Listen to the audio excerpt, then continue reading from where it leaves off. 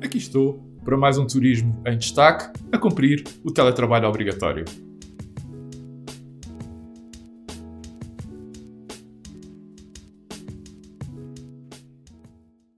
Saber se esta onda de cancelamentos que tem assolado a atividade turística está também ela a cancelar o próprio turismo internacional ou pelo menos a voltar a pô-lo em modo de pausa é a pergunta legítima que muitos presentemente se fazem, sobretudo aqueles que de uma forma mais direta estão ligados ou dependem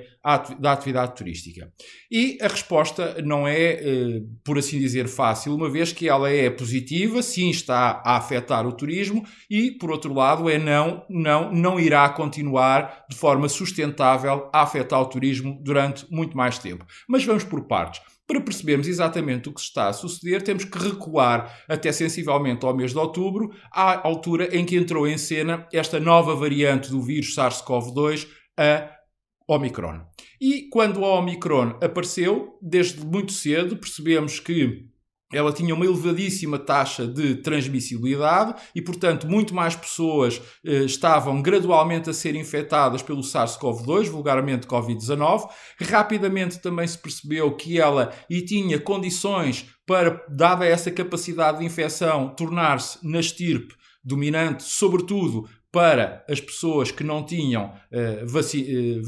vacinação completa e, por outro lado, também ainda muito cedo se percebeu que ela, apesar de tudo, não era tão agressiva quanto às outras estirpes que a antecederam. O efeito de tudo isto foi que durante o mês de novembro e até aí ao início de dezembro, a maior parte dos decisores políticos olharam para esta situação com alguma ligeireza, sobretudo naqueles países, como aconteceu com Portugal, onde a taxa de vacinação era muito elevada. Isso levou também, até fruto da informação que circulava, a que uma parte significativa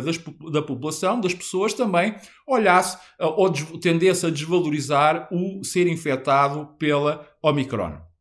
Ora, isto, como se sabe, infelizmente, acabou por provocar um disparar dos contágios que, em muitos casos, proporcionalmente aumentaram as doenças graves ou até mesmo os óbitos, sobretudo em situações onde não havia proteção, ou seja, onde a taxa de vacinação era em menor número. Ora, toda esta situação levou que, na viragem da primeira para a segunda semana de dezembro, sobretudo naqueles países que estavam a preparar para entrar em plena quadra natalícia, soassem todas as campainhas de alarme, houvesse um retrocesso nas medidas, atendendo à quadra em que se ia entrar, onde, naturalmente, os contactos entre as pessoas e o não cumprimento das regras básicas de segurança e higiene sanitária se iria tendencialmente verificar. Do ponto de vista, ou se quisermos, naquilo que respeita ao turismo, esta elevadíssima taxa de infecção provocou, e infelizmente ainda está a provocar, que muitas pessoas evitem realizar as viagens, mas sobretudo que muitas pessoas tenham ficado impossibilitadas de viajar, seja porque contraíram a infecção, seja porque estavam em isolamento profilático, mas também provocou que muitas empresas turísticas tivessem dificuldade em dar resposta e manter a sua atividade em normal funcionamento, atendendo a que o turismo ou os setores da constelação turística são todos eles de mão de obra intensiva e, portanto, se havendo muita população infectada, naturalmente essas atividades também vão contar com pessoas infectadas ou em isolamento, o que acaba por impedir que elas estejam a trabalhar. Veja-se, por exemplo, aquilo que sucedeu nas últimas semanas a nível das companhias aéreas, com os milhares e milhares de cancelamentos de voos que houve um pouco por esse mundo fora. E tudo isto, naturalmente, afetou os mercados emissores de fluxos turísticos, sobretudo os mais importantes, desde a Europa aos Estados Unidos, passando naturalmente pela China e também pela Oceania. Portanto, naturalmente que neste aspecto, e por todas estas razões, sim, a Omicron e os atuais cancelamentos decorreram desta situação. Contudo, eu acredito que esta situação será temporária e, portanto, vem agora a outra parte, o aspecto positivo. Por três grandes ordens de razões. Desde logo a primeira, porque na leitura da própria comunidade científica, o facto desta estirpe não ser tão agressiva vai, de alguma forma, ajudar a imunizar ainda mais a população, sobretudo aquela que não estava vacinada, que agora acaba por ser infectada e, apesar de tudo, por não ter uma doença tão grave. Um segundo aspecto que está ligado a este é,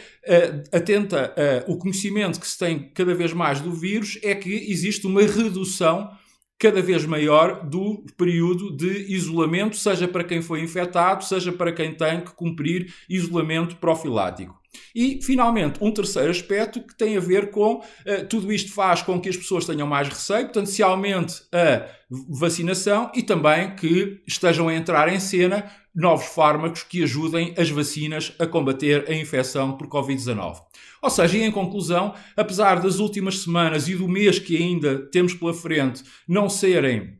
ainda fáceis, vão ser períodos difíceis do ponto de vista turístico, estou em crer que, passada esta fase, a atividade turística tendencialmente prosseguirá a sua retoma paulatina, que já vinha demonstrando desde o ano passado, isto é, desde 2021.